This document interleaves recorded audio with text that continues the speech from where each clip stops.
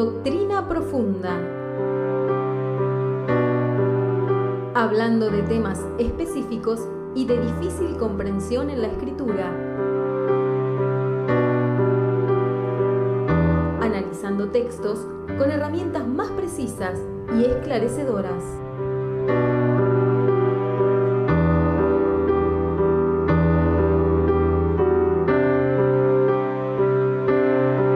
Llegamos a Doctrina Profunda. Hemos estado viendo los días anteriores. Seguimos con esta serie del Espíritu Santo, de todo el aprendizaje, desde Génesis hasta Apocalipsis. Vamos a ver el Espíritu Santo en los pasajes más descriptivos del obrar del Espíritu. Obviamente que el Espíritu actuó en siempre, inspirando a los hombres que escribieron la Escritura. Inspiró el Espíritu en cada lucha, en cada adversidad que ellos tenían que sobreponerse. El Espíritu Santo siempre estaba. Pero vamos siempre a los pasajes más descriptivos o situaciones más concretas. Lo último que hemos estado viendo acerca de el Espíritu Santo ha sido los dones. ¿Qué son los dones? Son regalos irrevocables. Bueno, hemos visto cómo reparte, cómo es la forma de Dios, esta gracia de Dios, que es multiforme. Hemos visto que también es para todos. Y los dones que edifican a la iglesia, todos, excepto uno que es el de lenguas, que edifica a las personas, exclusivamente a uno mismo. Hemos visto esto de Hechos, donde habla de que el Espíritu Santo irá derramándose más en los que le obedecen, Hechos 5:32, y hemos enumerado más o menos algunos dones. Esto ya lo hemos visto, al igual que los frutos, no son solo los de Gálatas. Aquí también no son 9 los dones del Espíritu, son muchos más. Nosotros en solo 2 textos ya hemos enumerado 15 dones, pero hay muchísimos más. A la gente cree que solo los que se mencionan en la Biblia son dones. Romanos dice 12:6, de manera que teniendo diferentes dones, según la gracia de Dios, que nos es dada, si el de profecía, este ya está en 1 Corintios 12, úsese conforme a la medida de la fe. Si el de servicio, este no está, en servir, o el que enseña en la enseñanza, o el que exhorta en la exhortación, el que reparte con liberalidad, el que preside con solicitud, el que hace misericordia con alegría, es decir, se aumentan muchos más dones, llegando al número de 15, solo los que estamos viendo ahora. Y hay muchos más. Entonces, ¿cuáles son los dones de Dios? ¿Hay algún número determinado? No. Los frutos del Espíritu tampoco, porque el Espíritu Santo viene, llena nuestro espíritu y nuestra vida espiritual comienza a dar resultados. Esos resultados se llaman frutos del Espíritu Santo. Ya esto lo hemos hablado y no lo vamos a hablar hoy. Cuando el Señor nos da dones, los dones son regalos, el fruto se trabaja, se elabora en el tiempo, Dios nos habla, etc. El don de repente viene, pero luego igual hay que mantenerlo. Tenemos que decir, tocante a esto, que aunque el don es irrevocable, los llamamientos y los dones son irrevocables, Romanos 11:29, también tenemos que decir que no se pueden ejercer si uno vive una vida lejos de Dios, porque si no, aceleramos nuestra condenación y somos parte de aquellos que el Señor dirá cuando querramos entrar a la eternidad: en tu nombre echamos fuera demonios, o hablamos o hicimos milagros, etcétera. El Señor dirá: apartados de mí, hacedores de maldad, nunca los conocí. Por lo cual, los dones tienen que ser usados cuando la persona está en un estado espiritual bastante íntegro. Si uno tiene dudas, no hay que usar los dones, porque va a ser para tropezadero propio y de la congregación, obviamente. Entonces, si vemos que la mayoría de los dones son para edificación de la iglesia, excepto las lenguas, que es exclusivamente personal, una edificación propia, a no ser que alguien interprete, entonces tenemos que ser muy cuidadosos, primero en pedir un don, porque hay gente que cree que pidiendo un don es para mostrarse como un superhéroe o como un super espiritual.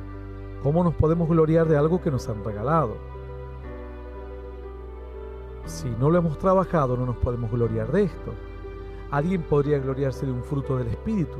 Obviamente que la voluntad de Dios no es que nadie se ande gloriando por nada. Pero digamos, en todo caso, alguien podría estar contento porque adquirió varios frutos del Espíritu, quiere decir que lo trabajó, fue un tiempo, Dios le habló, lo ayudó, etcétera, pero tiene frutos.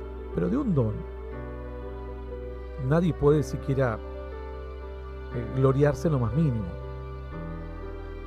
Lo que mucha gente no sabe también, que además de que el don es de edificación para la iglesia, el don implica una exigencia y un compromiso.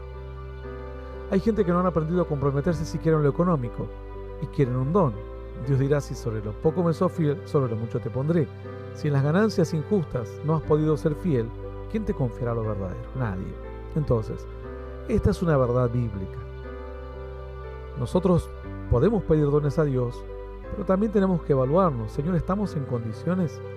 Supongamos que me das el don de sanidad y tengo que salir a predicar, o a las plazas, o a los barrios, o a los hospitales, o a hacer cruzadas con 4 parlantes, y en una plaza con 5 hermanos que me ayuden, y acarrear sillas, parlantes, conexión de luz, lidiar con que la municipalidad me quiere echar porque a la vecina no le gustó el parlante.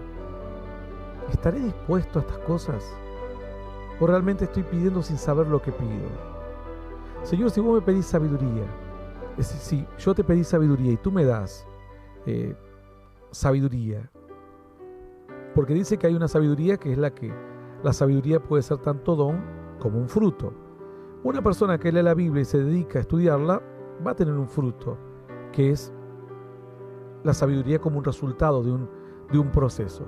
Pero después viene también una sabiduría de Dios, que es una sabiduría celestial, un don, algo que uno no lo podría trabajar, y por más esfuerzo que haga otro nunca va a llegar a esos resultados, ni hablar de las revelaciones del Espíritu. Entonces, si uno pide sabiduría del cielo, sabiduría de revelación, pero después no está dispuesto a invertir 2, 3, 4, 5 horas con la enseñanza, e incluso a gente que a veces le tenés que empezar de muy abajo porque no tienen bases espirituales, y tenés que explicarle de la forma más básica y simple, al punto tal que se torna a veces incluso hasta tedioso para otros creyentes que ya saben un poquito más de la Biblia. El don de Dios implica una responsabilidad, un compromiso. La gente se confunde y piensa que tú me das el don de profecía y yo voy a ser un profeta, porque tiene la imagen de los falsos profetas. El profeta de Dios nunca va a cobrar. El profeta de Dios incluso va a arriesgarse en su futuro, porque a veces Dios te puede dar una palabra y esa palabra puede significar una pelea con un pastor que no le gustó. A veces los pastores piensan que pueden decirle a un siervo de Dios qué es lo que él tiene que decir. A veces hasta los creyentes. Yo a veces me río porque digo, hay gente que deja de mirar pornografía hace 3 días y de repente dice: usted no hable así. Hay momentos en que uno le responde porque tiene un tiempito, pero tampoco uno puede estar constantemente atendiendo a cada gente que es nueva, que escuchó un versículo bíblico suelto, que una vez la mamá lo llevó a una escuelita dominical y creen que tienen cierta altura y madurez y conocimiento de algo que les es totalmente ajeno. Ni siquiera salvos están. Entonces, el pedir un don implica responsabilidad. Si uno no está dispuesto, debería comenzar a demostrar ahora que es responsable con las pequeñas cosas, haciéndose cargo de pequeñas tareas o involucrándose en pequeñas responsabilidades. Lamentablemente hay mucha gente infantil y que cree que los dones son como para mostrar cuán importante soy en el reino de Dios. Juan el Bautista no hizo despliegue de grandes dones, al menos la Escritura no cuenta que haya hecho milagros, no cuenta que haya hecho liberaciones, no cuenta que haya tenido grandes experiencias sobrenaturales. Pero Jesús dijo que no había mayor profeta nacido de mujer que Juan. Porque a veces cualquiera puede ser valiente con gadgets, con pequeños ayudas, trucos, con ciertas armas automáticas o ciertos lentes con visión nocturna, mapas satelitales y ayudas de alguien que te esté haciendo la logística de tu batalla, que te cuente dónde están los arsenales y todo. Bueno, con trucos, o con pequeñas ayudas es mucho más fácil. Pero ¿qué tal aquel que va y lucha solo? Y no tiene ni visión nocturna, no tiene pastillas que le proveen vitaminas cuando se queda sin fuerzas, no tiene armas automáticas o visión, ayuda de los satélites. Realmente tiene que pelear prácticamente solo. Entonces, si alguien sale de una adversidad con diferentes trucos y ayudas, va a tener su mérito y va a ser un hombre reconocido, pero no tendría ni siquiera punto de comparación de aquel que sale de la misma circunstancia sin ningún tipo de elemento que le otorgue ninguna ayuda. Los dones son estos elementos que te dan ayudas que capacitan y fortalecen a la iglesia y también fortalecen tu vida. Entonces, Juan el Bautista no se cuenta que haya tenido grandes dones. A veces la gente cree que si tiene grandes dones, grande siervo será. Y esto hay que sacárselo de la mente. Pidan los dones, pero una vez que los tengan, úsenlos con responsabilidad. Es decir, en el momento que no estén bien espiritualmente, no los usan más. Y cuando estén bien, se comprometen a brindarse y a ser un canal de bendición para edificar la iglesia de Cristo. Pero se ha entendido esto, porque estos son fundamentos de la fe. Esto no es nada que alguien debería aprender a los 40 años de creyente o a los 15 años. Esto hay que aprenderlo en el primer año de creyente. ¿Qué más nos dice la Escritura? Bueno, la Escritura también nos hablaba tocante a los dones, y luego el apóstol Pablo nos hablaba del amor. Esto ya lo hemos visto, diciendo que en el cielo todos los dones van a desaparecer. No hace falta milagros, ni profecía, ni sanidades, ni sabiduría, ni lenguas, nada. Pero el amor es lo que va a quedar, porque Dios no es lenguas, no es sanidades. Dios no es sabiduría, Dios no es profecía, Dios no es discernimiento de espíritu ni fe. Dios es amor. Entonces, dice la Escritura que esto es lo más excelente que uno debería buscar y perseguir. Así que hemos leído prácticamente todo 1 Corintios del 12, del 4 hasta el 27. En los primeros del 4 al 11 están todos los dones, y luego la explicación del amor hasta el versículo 27, lo puedes leer en tu casa. Pero luego nos dice, y a unos puso Dios en la iglesia, primeramente apóstoles. Aquí comienza hablando de los ministerios, profetas, lo tercero maestros, luego a los que hacen milagros, después a los que sanan, los que ayudan, los que administran, los que tienen dones de lenguas. Es decir, hay un problema aquí. Parecería que en un momento comienza a hablar de ministerios y luego se nos mezclan los dones. Esto está en 1 Corintios capítulo 12, versículo 28. Bueno, vamos a ver en otro lugar donde nos hable de los ministerios. ¿Qué son los ministerios? Áreas de trabajo, grandes áreas de trabajo en las cuales se divide la iglesia o el cuerpo de Cristo, digamos, diferentes tareas amplias o roles, digamos. Lo mismo lo vamos a encontrar en Efesios 4:10. Dice, el que descendió es el mismo que también subió por encima de todos los cielos para llenarlo todo. El verso 11 dice, él mismo constituyó a unos apóstoles, a otros profetas, a otros evangelistas, a otros pastores y maestros, a fin de perfeccionar a los santos para la obra del ministerio, para la edificación del cuerpo de Cristo. Otra vez dice, el cuerpo de Cristo tiene que ser edificado. Volvemos a que la finalidad es edificar a la iglesia, pero dice que también se perfecciona a los santos a través de estas tareas y a través de estos ministerios que Dios le da. Se van perfeccionando en saber para qué son buenos, a qué es lo que deben apuntar y dónde deben desarrollar su tarea, y no andar de un lugar para otro sin saber si soy maestro, pastor, apóstol, etc. Bueno, hasta aquí entonces decimos, los ministerios son apóstol, profeta, evangelista, pastor y maestro. Pero cuando nos vamos a 1 Corintios 12, 28, tenemos otro problema. Dice, a unos Dios en la iglesia puso Dios en la iglesia primeramente apóstoles. Esto es lo mismo que vimos antes. Dice, apóstoles ya lo vimos. Profetas, también lo vimos. Maestros, también. Luego a otros hacer milagros. Bueno, podríamos decir los evangelistas.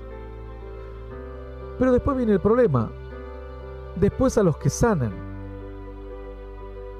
los que ayudan, los que administran, los que tienen don de lenguas. Entonces estamos en un verdadero problema. Todos aquellos que durante muchos años repitieron: los frutos del Espíritu son 12, los dones son 9, los ministerios son 5, están totalmente equivocados. Totalmente equivocados. El Señor marcó áreas en aquel momento,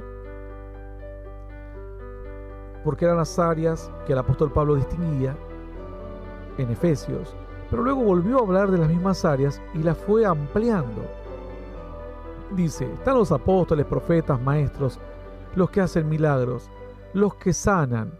Porque alguno dirá: ¿cómo los que sanan y los que hacen milagros? Bueno, los que sanan el cuerpo. Los que hacen milagros pueden hacer, por ejemplo, que se detenga una tormenta, o sacar agua de la roca, o algún milagro de esta magnitud inmensa. Entonces aquí podríamos tener los apóstoles, los profetas, los maestros, o los que hacen milagros. Podríamos decir, bueno, los evangelistas, supongamos, aunque el evangelista era el que hacía. Hoy a la gente se la confunde porque piensan que el evangelista es el que hace milagros, y esto es un error. El evangelista es el que predica. Y quizás la gente se confunde porque una de las características que a veces trata de buscar el evangelista es que Dios lo respalde con señales. Porque dice la Escritura que Dios respaldaba con señales la predicación del pueblo en la iglesia primitiva. Pero también Dios hace señales a través de los pastores, también a través de los maestros, también a través de los apóstoles y también a través de los profetas. Por lo cual, una sanidad no es algo exclusivo del evangelista. El evangelista va al encuentro de las personas que no conocen a Dios.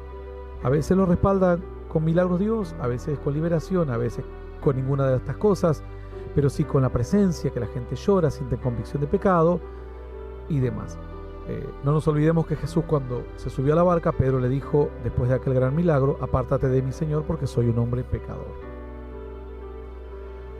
Aquí entonces vemos que el apóstol se repite, el profeta, el maestro, pero ya nos aparece el que hace milagros, que no lo podemos identificar con evangelista, porque no necesariamente el que hace milagros es un evangelista. Pedro sanaba con su sombra y no era evangelista. Después dice: los que sanan, tampoco lo podemos con evangelista, porque Pedro sanaba. Entonces, después dice: los que ayudan, los que administran, los que tienen don de lenguas. Y luego el verso 29 dice: son todos apóstoles, son todos profetas, todos maestros, hacen todos milagros, tienen todos dones de sanidad, hablan todos en lenguas, interpretan todos. Procurad pues los dones mejores, mas yo os muestro un camino más excelente. Entonces, lo toman los ministerios, el apóstol Pablo aquí, como dones. Los entremezcla, la palabra ministerios y dones los mezcla. Porque en definitiva, don es todo regalo de Dios. Y si Dios te constituye profeta, es porque es un don, un regalo de Dios. No es que vos te hiciste profeta. Si vos te hiciste profeta, sos un falso profeta. Si Dios te hizo profeta, no le hablo a ningún profeta, porque dudo que hoy en Latinoamérica pueda encontrar 5 profetas.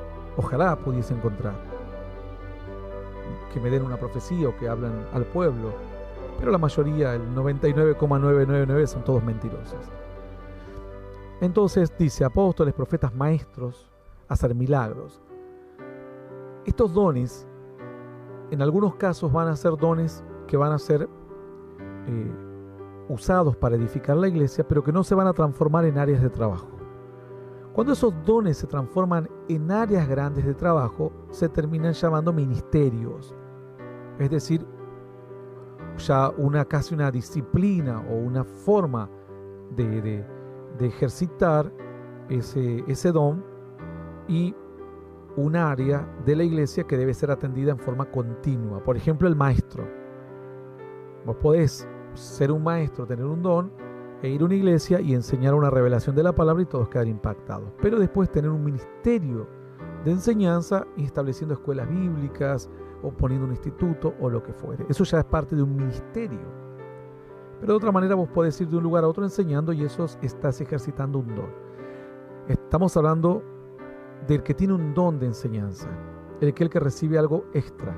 No es aquel que solamente lee cosas que otro escribió y lo repite. Lo mismo los que hacen milagros. Entonces, cuando vos vas a una iglesia y sos parte miembro y te llaman para que vayas a a orar por gente enferma de tu congregación, o los que hacen sanidad, mejor dicho. Bueno, sos un líder o un copastor o un encargado de obra o lo que fuere, pero Dios te respalda con sanidades. No necesariamente estás teniendo un ministerio de sanidad.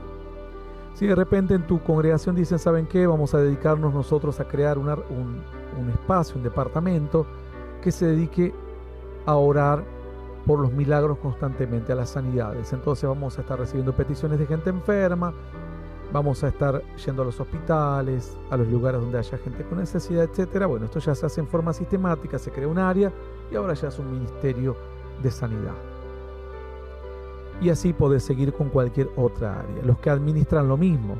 A usted pueden confiar que hagas una tarea y ser un buen administrador y todos quedar sorprendidos porque con tan pocos recursos haces tantas cosas, porque todos se ordena cuando vos estás al frente de una tarea, o bien directamente en una organización decirte, esta es la administración, la cual no solamente implica administración de recursos económicos, sino también de recursos materiales y espirituales, perdón, no solo de recursos económicos y materiales, sino también de recursos espirituales y ministeriales. Entonces, esa misma persona va a decir, bueno, así como destinamos $2 para allá, 3 para acá, este misionero que está aquí lo vamos a hacer para este lado, tal obrero para tal cosa, y así ordenar la iglesia y administrar bienes espirituales como bienes materiales. Porque tenés un don, todo lo que haces, hay gente que es de sanar, de impactar, de lograr que la gente te siga, pero después mantener y sostener es todo un desafío impresionante, que si alguien tiene ese don de administrar, es algo maravilloso. Se los digo porque es así. Tengo 30 años en esto y he conocido de todo. Y conseguir gente que administre no solamente lo material, sino también los recursos espirituales es un desafío encontrarlo. Y las lenguas, bueno, si esta persona tiene el don de lenguas, seguramente no creo que se pueda transformar en cuanto al ministerio. Por eso decimos, porque es uno de los pocos dones que edifica a uno mismo, a no ser que tenga interpretación de lenguas. En este caso sería casi como un profeta, porque tendría que andar con un interpretador, obviamente, con un intérprete. Pero bueno, tanto esto como los profetas es algo muy delicado. Yo hasta ahora no me he encontrado con mucha gente, sí con gente que dio alguna que otra profecía que se cumplieron, muchas, pero con profetas no. Entonces, los ministerios y los dones se mezclan, tienen como sus puntos comunes, ¿no? A veces un don se puede terminar transformando en un ministerio. Por eso van a ver que por ejemplo, en Efesios parece que son 5 los ministerios, y en 1 Corintios 12, 28 ponen incluso a otros como los que administran, como también mezclados con los ministerios, ¿no? Como un ministerio de administración. Y así podemos encontrar cualquier otro don que pueda expandirse y ser un área en sí misma y que se puede transformar en un ministerio. Porque la Escritura dice hay diversidad de dones, pero el Espíritu es el mismo. Hay diversidad de ministerios, pero el Señor es el mismo. Entonces siempre te habla de diversidad. A veces esta palabra la gente no presta atención y después es fácil hacer numeritos, ¿no? 12 frutos, 9 dones, 5 ministerios. Y se equivocan. Es multiforme gracia de Dios y diversidad, mucha diversidad. Dice hay diversidad de operaciones, Dios opera también de forma diferente, pero Dios es el mismo. Entonces,